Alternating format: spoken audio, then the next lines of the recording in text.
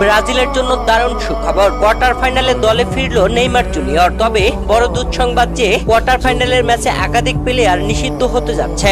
দর্শক, কলম্বিয়ার সাথে ম্যাচ ড্র করে কোয়ার্টার ফাইনালে জায়গা করে নিয়ে ব্রাজিল প্রতিপক্ষ হিসেবে কোয়ার্টার ফাইনালে কাদের মুখোমুখি হতে যাচ্ছে জানুন বিস্তারিত।